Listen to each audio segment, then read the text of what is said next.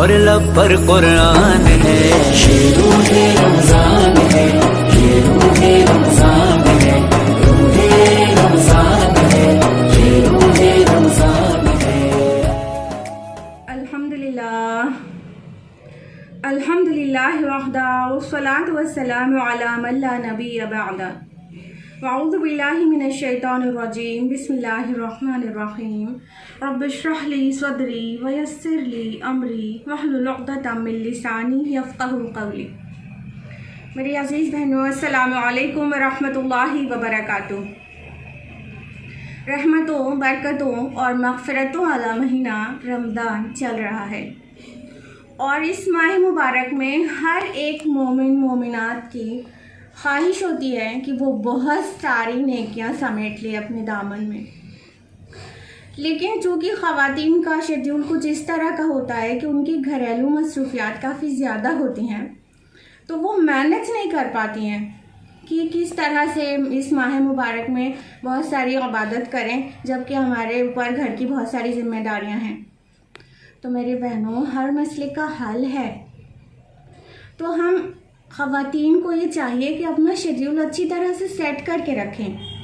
तो रमज़ान मुबारक आने से पहले पहले ये चाहिए कि अपना रूटीन सेट कर लें टाइम टेबल के साथ।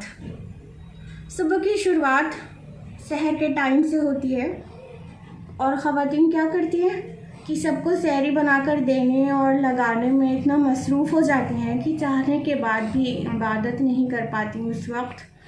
तो एक काम आप कर सकती हैं कि इन सभी काम के साथ साथ इस्तिग़फ़ार को अपने ऊपर लाजिम कर लें उस वक्त, क्योंकि वो इस्तिग़फ़ार के लिए पीक टाइम है।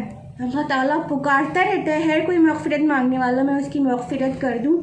तो जब आप बना रही हैं, लगा रही हैं, तो उस वक्त की तस्बीह आपकी ज़ुबान पर इस्तिग़फ़ार होना चाहिए। अल्लाह ताला मुत्तक़ीन की सिफ़ात को बयान करते हुए तो जन्नत में जाएंगे फरमाता है सूरह ज़ारियात सूरह नंबर 51 आयत नंबर 18 में कि वबिल अस्हार हुम यस्तग़फ़िरून, और वो सहर के वक्त रात के आखिरी हिस्से में इस्तिग़फ़ार करते हैं। तो हम ये काम करते करते भी तो कर सकते हैं, इस्तिग़फ़ार करें। उसके बाद सलातुल फ़ज्र तवील पढ़ें। किचन की सफाई करना छोड़ दें, बल्कि खड़े हो जाएं सलातुल फ़ज्र के लिए और लंबी नमाज़ पढ़ें 2 रकात जो फ़र्ज़ है, क्योंकि रसूलुल्लाह सल्लल्लाहु अलैहि वसल्लम तवील पढ़ते थे फ़ज्र की, क्योंकि ख़वातीन को बहुत सारा कुरान हिफ्ज़ नहीं होता। तो बहरहाल आपको जितना कुरान हिफ्ज़ है उसमें तवील तरीन सूरा तिलावत करें। फिर उसके बाद कुरान मजीद को वक्त दें और सब लोग अपना अपना शेड्यूल अपनी तरह से सेट करें। सबका की मसरूफियात अलग अलग होती हैं, सबकी ज़िम्मेदारियां अलग होती हैं। तो बहरहाल अपनी ज़िम्मेदारियों को देखते हुए कुरान मजीद का साथ तिलावत, तज़क्कुर, तदब्बुर और तरावीह इन सभी सूरतों में होना चाहिए। जिसको जितनी फरागत मिले वो उतने घंटे का टाइम कुरान मजीद को दे। उसके अलावा जितना भी हो सके चलते फिरते और काम करते वक्त तस्बीहात को अपनी आदत बना लें। सुबह शाम के अज़कार को तो भूलने का सवाल ही नहीं पैदा होता।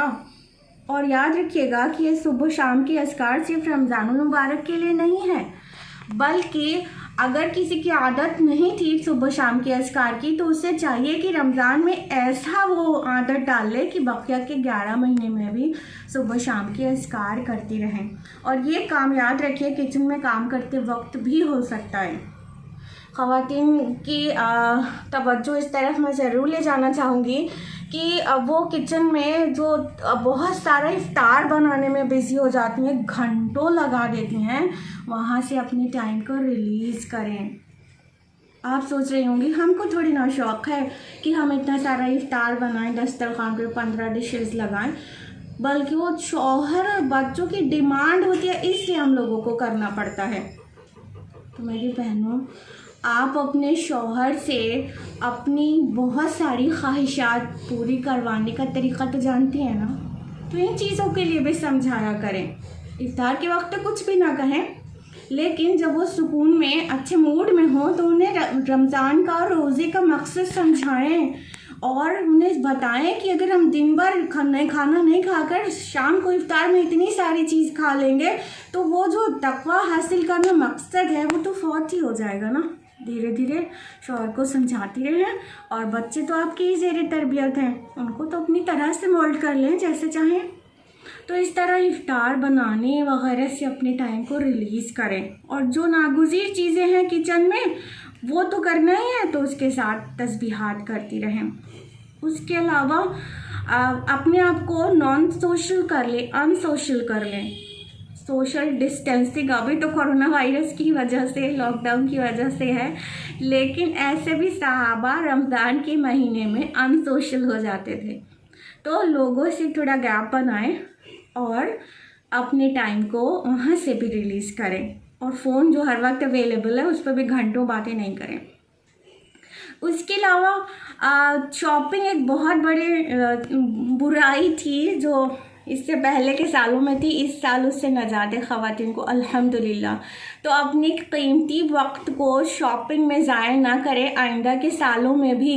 इस साल तो कोरोना वायरस लॉकडाउन की वजह से मार्केट प्लेस बंद है, तो अल्हम्दुलिल्लाह ये रमज़ान बहुत ख़ास है, बहुत ख़ास है। बहुत सी नुकसानदेह चीज़ों से मैं बचा ही रहा है आफ्टर ऑल। तो आइंदा भी शॉपिंग पे फोकस ना करें, बल्कि वो रमज़ान स्टार्ट होने से पहले थोड़ी बहुत शॉपिंग जो करनी है कर लें, और उसके बाद रमज़ान को इबादतों में गुजारें।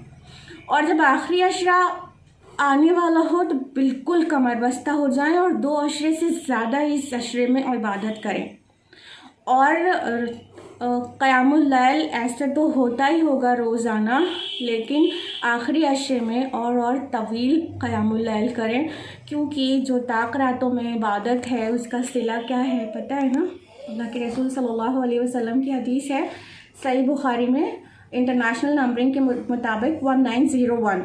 अल्लाह के नबी सल्लल्लाहु अलैहि वसल्लम फरमाते हैं, मन क़ाम लैलतुल क़द्र ईमानन व इहतिसाबन गुफ़िर लहु मा तक़द्दम मिन ज़ंबि। जो भी रमज़ान की रात क़यामुल लैल करे लैलतुल क़द्र में ईमान के साथ सवाब की नीयत से, उसके पिछले गुनाह बख्श दिए जाते हैं। लिहाजा खूब इस्तिग़फ़ार करें क़यामुल लैल में और लैलतुल क़द्र में, और अपने रब से इन अल्फाज में अपने गुनाहों की मग़फ़िरत तलब करें जो रसूलुल्लाह सल्लल्लाहु अलैहि वसल्लम ने हज़रत आयशा रज़ियल्लाहु अन्हा को सिखाई है। ट्रांसमिट हुई है हदीस तिरमिज़ी और इब्न माजा से कि अल्लाह के रसूल ने सिखाया कि अल्लाहुम्मा इन्नका अफ़ुव्वुन तुहिब्बुल अफ़्व फ़अफ़ु अन्नी। ए अल्लाह तू माफ़ करने वाला है, माफ़ी और दरगुज़र को पसंद करता है, बस तू मुझे बख्श दे। इन अल्फाज में मांगे। अल्लाह रब्बुल आलमीन इस माह मुबारक के जाने से पहले आपकी, हमारी और हमारे वालिदैन और हमारे घर वालों की मग़फ़िरत ग्रांट कर दे। आमीन। वाखिर दावाना अल्हम्दुलिल्लाहि रब्बिल आलमीन। वस्सलामु अलैकुम व रहमतुल्लाहि व बरकातुहू।